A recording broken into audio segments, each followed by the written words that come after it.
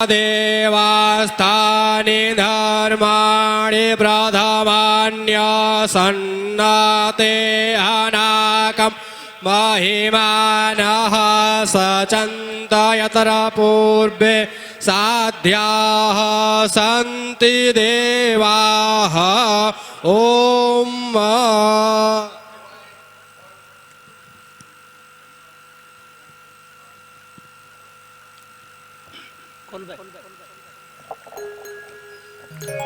नारायण हरि गोविंद हरे।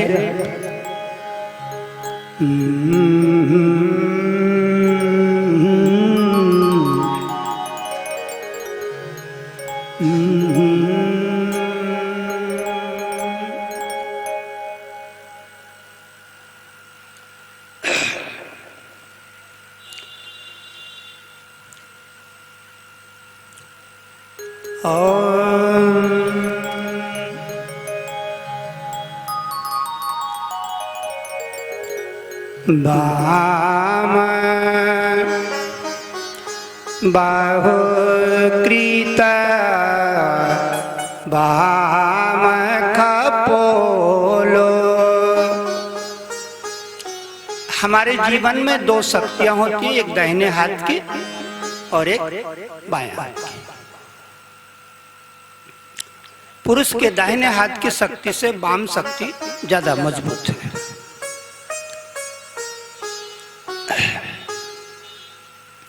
वाम बाहो कृत वाम कपोलो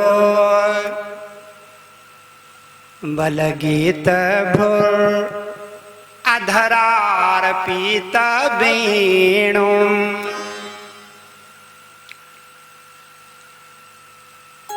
वाम बाहो कृता वाम कपोलो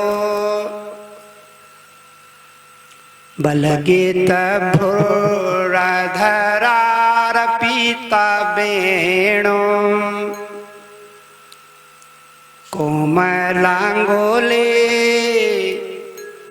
भिराश्रित मार्गम् गोप्यैरायते यत्र मुकुंदा। इसको कहते हैं गौ चराने वाला छंद। पुराने हमारे ऋषि मुनि गौ चराते रहते थे जंगल में और इस छंद को गाते रहते थे। गौ चारण के बगत गाए जाने वाला छंद। इस भागवत कथा में 7 दिन महापुरुषों ने बताया है कि सप्ताह होएगा।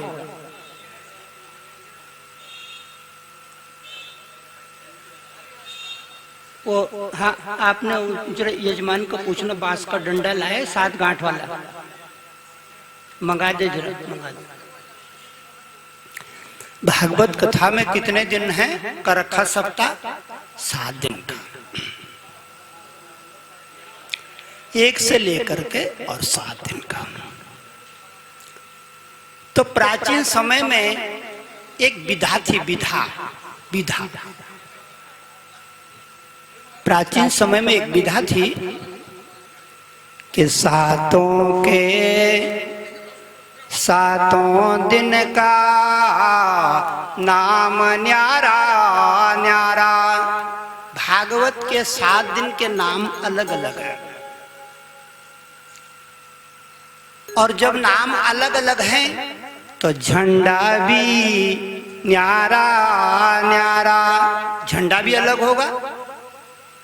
और जब झंडा अलग है तो रंग भी न्यारा न्यारा, भाव भी न्यारी न्यारा। 7 दिन एक ही भाव नहीं रहता, बदलता रहता है। और 7 दिन हमारे महापुरुषों ने अलग अलग झंडा बताया है। पहले दिन का झंडा किसी और किस्म का होता है, दूसरे दिन का कुछ और रंग का, तीसरे दिन का कुछ और रंग का, बदलता रहता है। दूसरे दिन की कथा का जो हमने सुना है पहाड़ों पे अपने गुरुजनों से, उन्होंने नाम दिया है चंद्राणी। चंद्राणी गाथा दूसरे दिन का भागवत गाथा। दूसरे दिन का क्या नाम है? चंद्राणी गाथा। चंद्राणी कहते हैं चंद्रमा की शक्ति के लिए। किसके लिए कहते हैं चंद्राणी? चंद्रमा की शक्ति के लिए। आपने ध्यान दिया होगा कि जितने आपने देवी देवता दिखे, सबके माथे पे चंदा जरूर आपने देखा होगा। चाहे कोई भी देवी देख लो,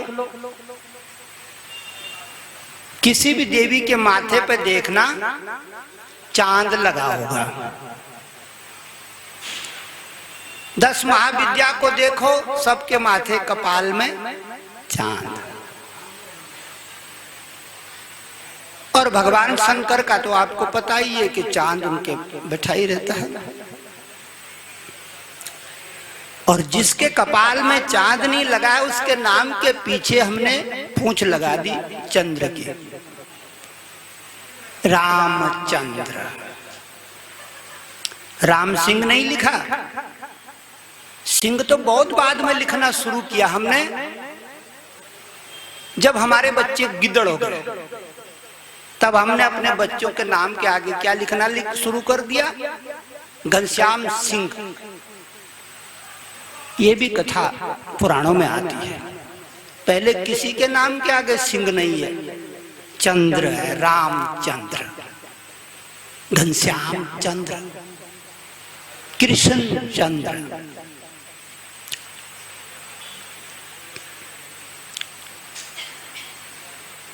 तो आज की जो गाथा हम सुनेंगे, उसका नाम चंद्राणी वार्ता है। चंद्रमा की शक्ति इस मनुष्य के जीवन के लिए बहुत जरूरी है। आदि माता की 3 आंख होती हैं, एक होती है सूरज और दूसरी होती है चंदा, और तीसरी होती है कपाल में अग्नि की आंख, जिसको बोलते हैं तीसरा नेत्र। वो आग है, आग। कपाल में अग्नि का नेत्र।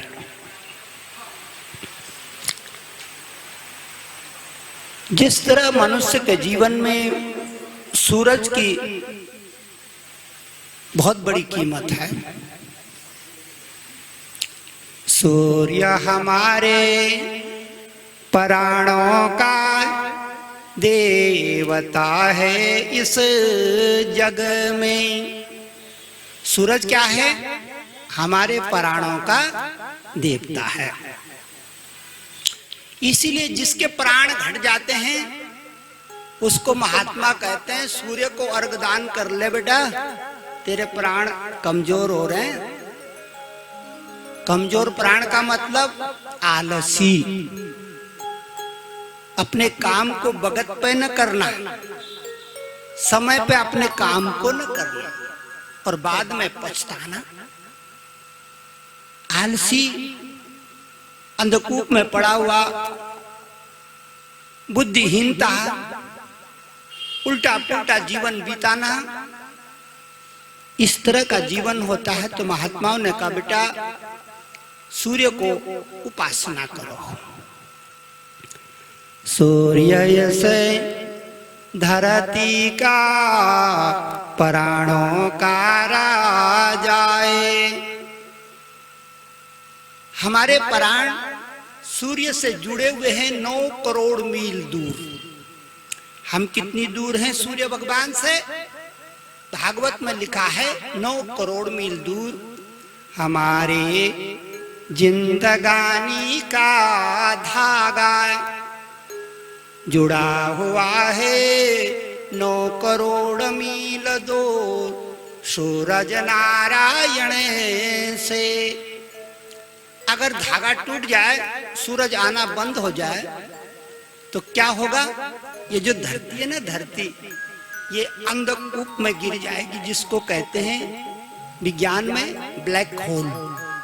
पता भी नहीं लगेगा धरती का कभी थी भी, ब्लैक होल में घुस जाएगी।